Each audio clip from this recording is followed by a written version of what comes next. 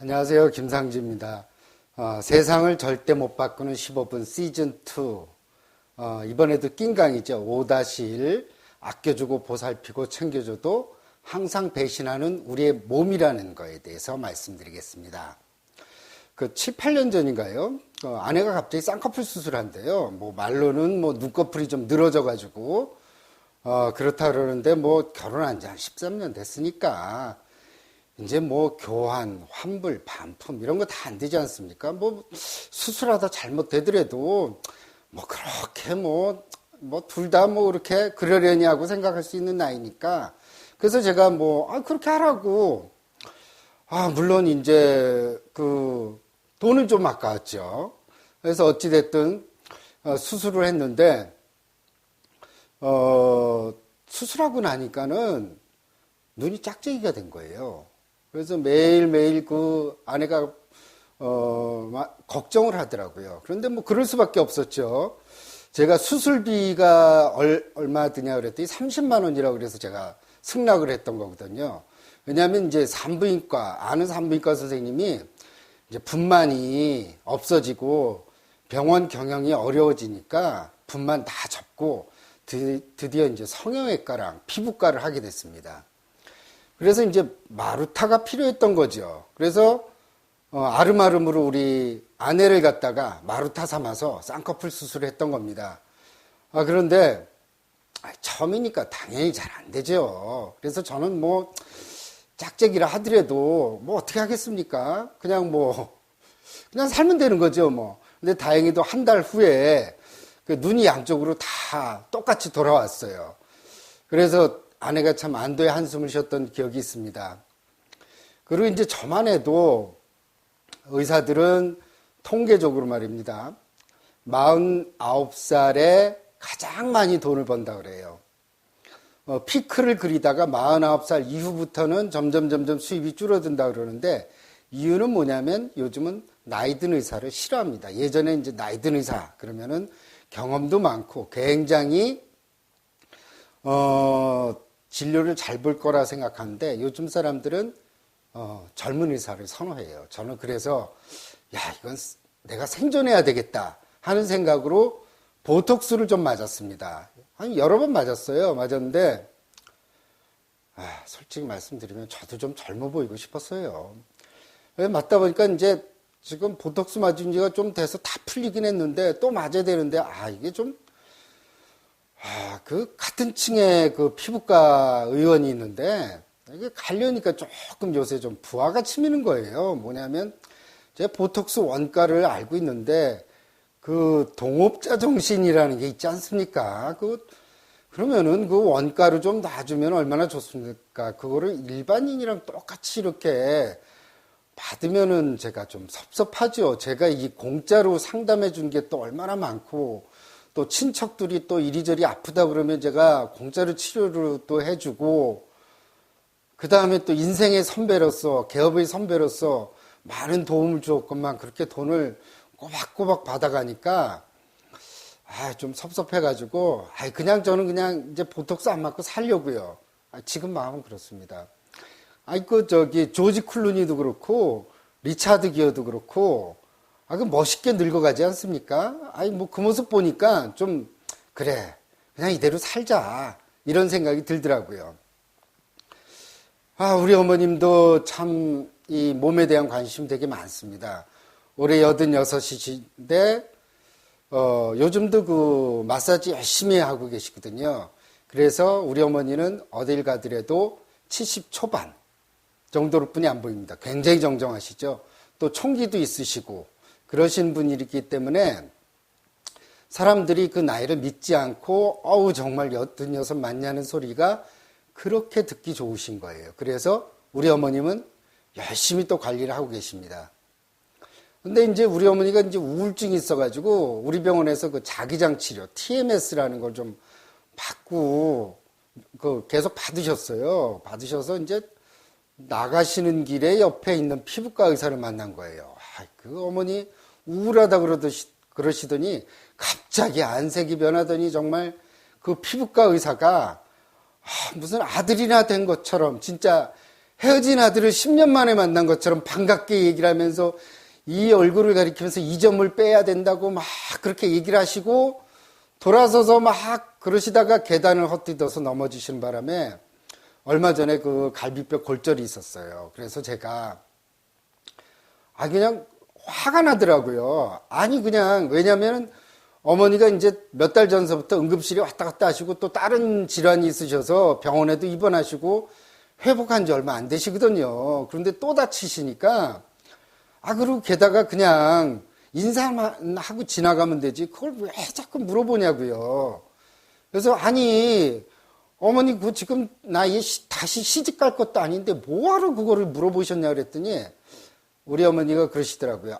계단을 내려가는데 갑자기 핑 돌아서 쓰러지셨다는 거예요. 우리 어머니가 제게 거짓말 하셨습니다. 우리 어머니 한 번도 핑 돌거나 어지러워서 쓰러지신 적 없거든요.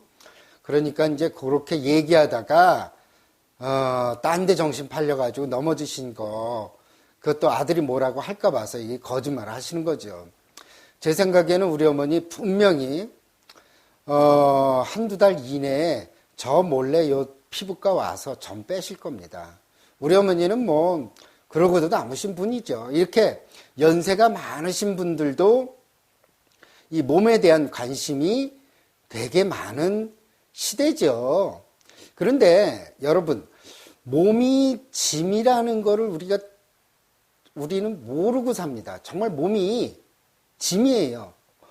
몸이 얼마나 가꾸고 보살펴주고 아껴줘야 되는지 우리는 모르고 삽니다. 그저 그냥 일상적인 일로 생각하는 경우가 많이 있죠. 그런데 몸을 그렇게 아껴주지만 우리는 몸에게 항상 배신을 당합니다. 몸뚱아리는 도대체 은혜를 몰라요. 이렇게 챙겨주고 아껴주고 그 성의를 보여도 그거 다 무시하고 늙어가고 병들고 나중에 수족도 움직이지 못할 정도로 노쇠집니다. 이렇게 몸이 배신을 때릴 수가 있습니까? 몸에 들인 돈이 얼마고 시간과 정성이 얼마나 많은데 말입니다. 근데 사람들은 몸에게 배신을 당하면 속상해하고 절망합니다. 당연하죠. 이렇게 신경을 썼는데요. 근데 몸이란 놈은 원래가 배신을 하는 놈입니다. 그러니까 몸을 믿지 마시기 바랍니다. 요즘은 몸의 시대예요. 몸이 각광받고 몸짱이 극찬을 받는 세상입니다. 중세에만 해도 몸은 악이 깃들여지는 그릇이라고 생각해서 일부러 고행했어요. 인도에서도 수행의 한 방법으로 몸을 계속 괴롭히는 거예요. 그래서 영혼을 해치고 영혼에게 나쁜 영향을 주는 게 몸이라고 생각했는데 요즘은 몸이야말로 우리가 받들여지는 신이라고 볼 수가 있습니다.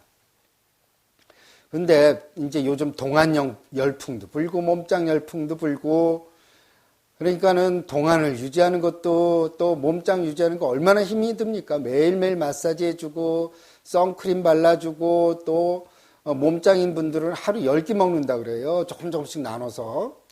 이렇게 뭐 동안 열풍이나 몸짱 열풍이 이렇게 부는 거는 반대의 의미도 있습니다. 뭐냐? 반대로 우리 늙는다는 거를 싫어한다는 거예요. 한마디로 온 사회가 노인 혐오증의 시대에 살고 있는 겁니다. 그 몸이 늙어간다는 것은 쓸모 없어졌다는 것. 그러니까 현대 사회는 효용성의 문제, 실용성의 문제를 우리가 따지게 되는 거죠. 그러니까는 어때요? 몸이 젊으면 이 사람은 가치 있는 사람이고 늙게 되고 노쇠하면은 가치가 없고 그 다음에 전혀 쓸모가 없는 존재라고 생각하기 때문에 우리는 조금 더 젊어지게 보이려고 하고 좀 더 그렇게 동안에만 집착하게 되고 몸을 가꾸려고 하게 됩니다. 하지만 제가 전에도 그런 말씀 드린 적 있죠. 몸은 내 거 아니에요. 몸에 우리가 들이는 시간과 돈, 노력을 한번 생각해 봅시다. 근데 그렇게 많이 들이는데도 불구하고 몸이 어떻게 내 마음대로 움직이냐는 거예요. 그러면은 말이에요. 우리가 한 번도 몸이 얼마나 거추장스럽고 몸에 들이는 시간을 우리가 많이 쓰고 있는지 한번 봅시다. 아침에 일어나죠? 그럼 샤워합니다. 샤워하면은 또 머리숱 없는 사람은 좋은 비싼 샴푸 써야 돼요. 그것도 또 그리고 또 머리숱 없는 분들은 매일 프로페시아도 먹고 그 발모제죠.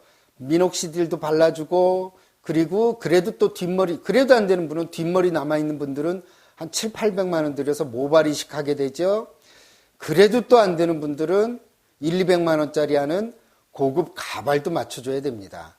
그 다음에 이제 머리 감고 이도 또 닦아줘야 되죠. 이도 하루 3번은 닦아줘야 돼요. 안 그러면은 임플란트 하게 되면 또 돈 몇백만 원 깨집니다. 임플란트 하면 끝납니까? 임플란트 하는 즉시 석 달에 한 번씩은 임플란트 관리를 해줘야지 됩니다. 이런 식으로. 그리고 또 그 다음에 이제 드라이 하게 되고 여성분들은 또 화장을 하게 되고 화장하는데 또 정성을 기울이고 또 몸에 좋다는 여러 가지 크림이나 이런 것들 또 많이 바르게 됩니다. 그렇게 하고 몸을 다 치장하게 되죠. 그리고 이제 그렇게 해서 또 몸에다 맞는 또 옷을 또 잘 차려입어야 되지 않습니까? 그래서 이제 일 다 보고 집에 오면은 또 좋은 세안제로 얼굴 또 닦고 그 다음에 눈가에 주름 없애는 크림, 그 다음에 노화 방지 크림 이런저런 것들 다 발라주게 됩니다. 그 다음에 또 몸에다 또 어떻게 해요? 건강하게 살아야 되지 않습니까? 운동도 해줘야 돼요. 그러니까는 또 뭐 피트니스 클럽도 다니고 등산도 다니고 그 다음에 골프도 치고 이렇게 이제 몸을 위해서 우리가 자꾸 이 몸이란 놈은 또 관리해주지 않으면은요 금방 또 나빠져요.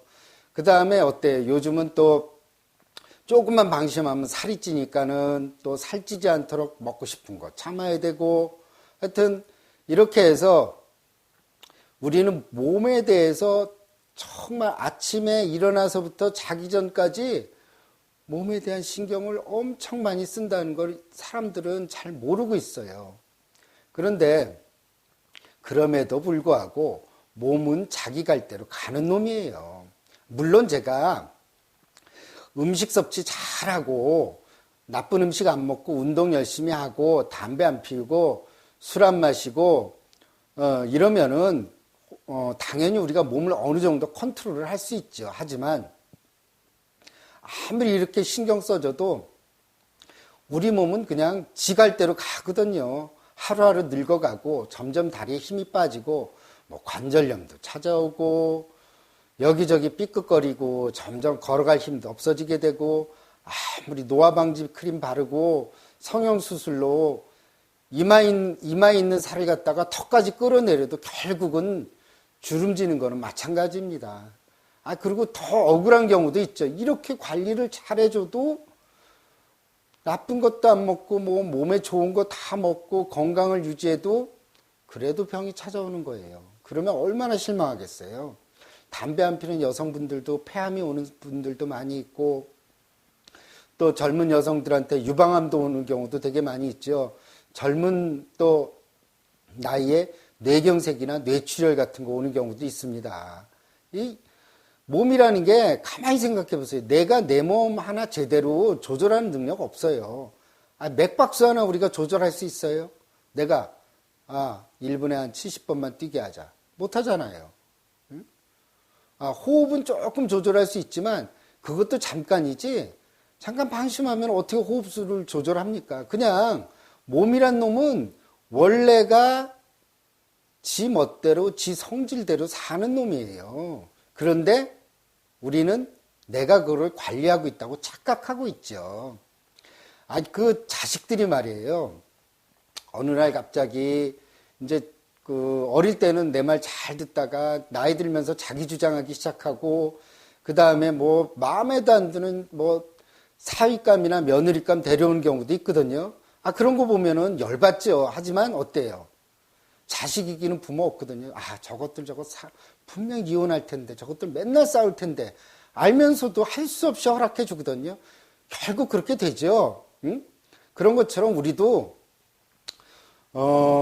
결국 몸이 원하는 대로, 몸이 가는 갈 길대로 우리는 그냥 끌려다니는 수밖에 없어요. 그런데 내 몸이 이렇게 내 것이 아닌데 집착하니까 문제가 생깁니다. 생각해 보세요. 내 거라고 생각하고 있었는데 어느 날 덜컥 병이 걸리거나 느닷없이 사고로 다리를 못 쓰거나 또 제대로 걷지를 못하거나 맨날 노화방지 크림 바르고 성장 호르몬 맞고 이렇게 하는데도 불구하고 늙어가고 또 그 다음에 이제 뭐 몬도가내를 방불케 하는 사슴피에다가 뭐 그 다음에 뭐 뱀탕에다가 뭐 이런 항산화제 이런 거 다 먹는데도 불구하고 몸에 병에 걸리고 늙어만 가면은 얼마나 속상하겠어요. 응? 그러니까 이렇게 몸은 배신을 때린 놈입니다. 몸이 이렇게 배신을 때리는데 불구하고 그런데도 불구하고 우리는 몸이 항상 내 것이라고 생각하니까 조그만 몸이 아파도 이거 암 아니야? 이거 텔레비 보니까 이거 무슨 중풍 전조 증세 아니야? 이거 치매 아니야? 맨날 몸에 대해서 걱정하면서 살게 됩니다. 그런데 하지만은 이렇게 몸에 대해서 자꾸 우리가 동일시하게 될수록 우리는 몸에 끌려다니게 되고 몸이 조금만 아프게 되거나 몸이 늙어가거나 그러면은 절망하게 됩니다. 특히 늙어지는 것에 대해서 굉장히 두려워하는 사람들이 있어요. 그리고 늙는다는 것은 인생이 끝났다고 생각하는 분들이 있거든요. 그런 분들은 이렇게 늙어가는 것, 몸이 배신을 할수록 점점 더 우울해지고 힘들어지게 됩니다. 그런데 이 몸이라는 건 말이에요. 내 것이 제가 아니라 그랬죠. 그냥 몸은 그냥 천지만물. 이 세상에 존재하는 것 중에 하나일 뿐입니다. 그 천지만물이 모든 게 태어나면은 죽고 또 융성하면 망하고 또 푸르던 나뭇잎이 요즘 보세요. 단풍잎이 되고 그게 낙엽으로 떨어지지 않습니까?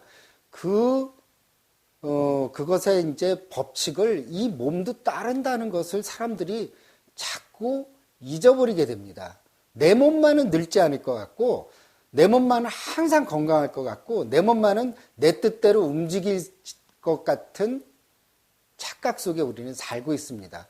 그러다 이제 몸 아프고, 몸이 노쇠하고, 그래서 이제 그때서야 배신 때리는 몸 때문에 속상해하고 우울해하고 내 존재가 허물어지는 것 같은 느낌을 받게 됩니다. 그래서 제가 말씀드리고 싶은 것은 몸을 관리하지 말라는 얘기가 아니라 몸에 대해서 몸은 내 것이 아니니까 조금 거리를 두고 대하라는 겁니다. 그래야지 병 걸리고 늙어가고 몸이 허약해져도 쉽게 받아들여지게 됩니다. 단지 이 몸이라는 것은 자연의 법칙, 그 천지만물의 하나라고 생각해야지 이걸 갖다가 내 거라고 생각하니까 힘이 드는 거거든요. 그러니까 항상 이 몸이라는 것은 세월 앞에 복종합니다. 우리한테 복종하는 게 아니고요. 그러니까 너무 괘씸한 놈이죠. 그렇게 정성을 들였건만 세월 앞에서는 꼼짝을 못하고 내 말을 하나도 안 들어주는 거죠. 우리가 몸을 가졌다는 것은 한마디로 있죠. 병이 깃들인다는 것을 의미합니다.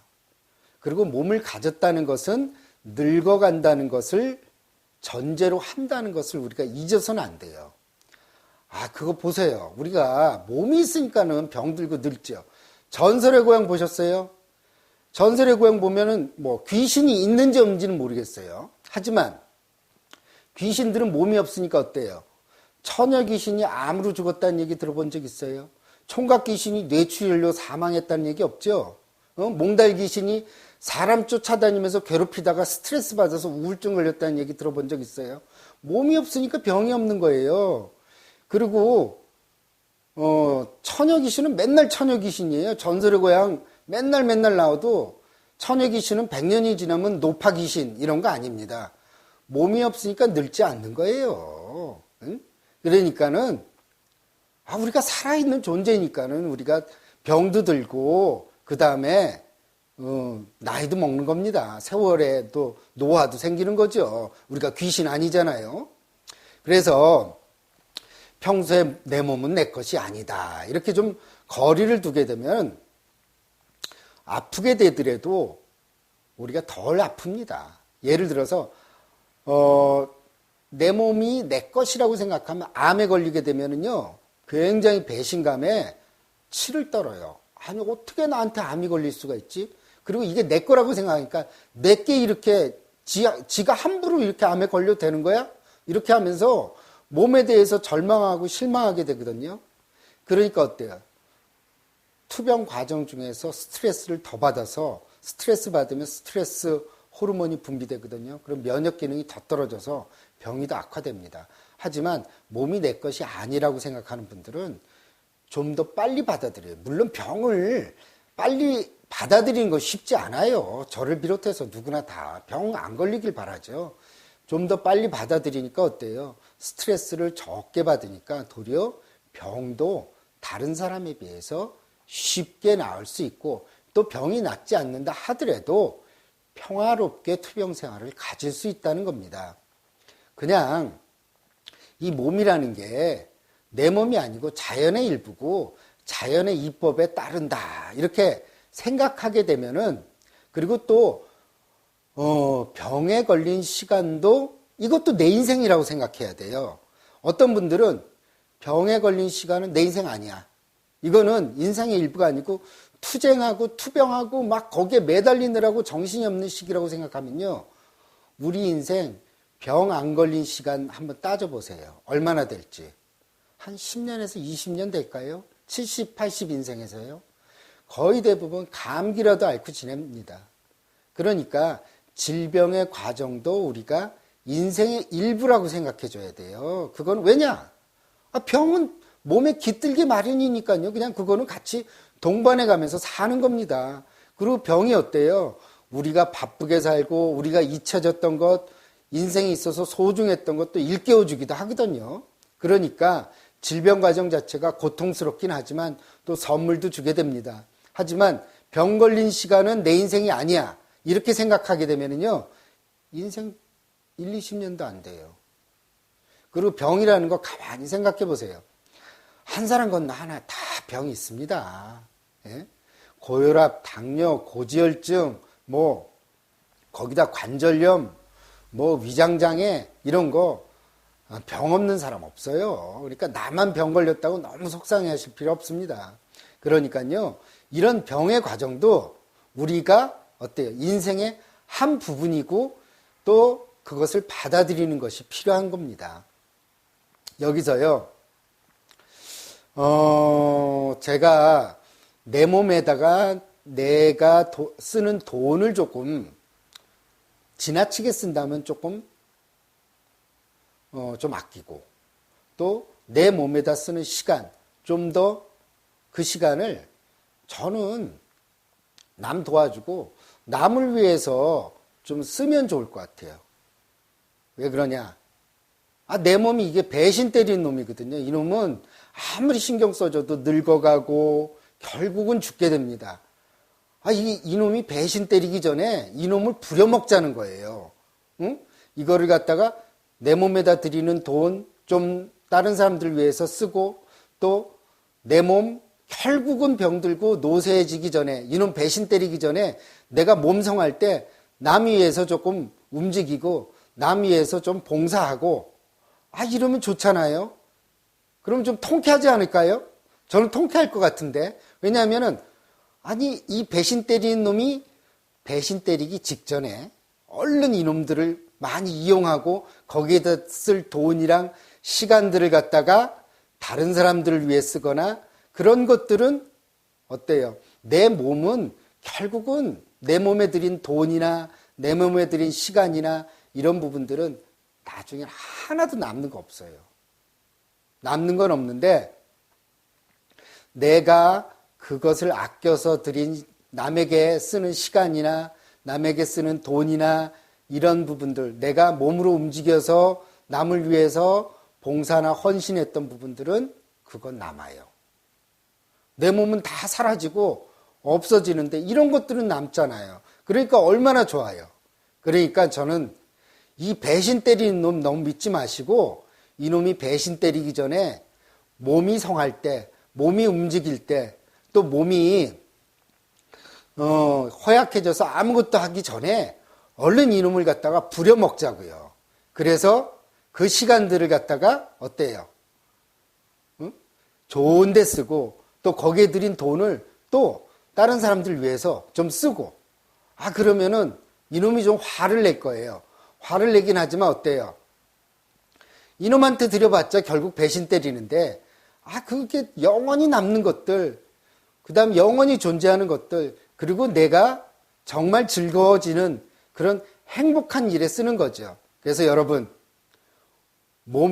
이놈을 배신당하지 말고 우리가 배신을 합시다. 오늘 강의는 이상입니다.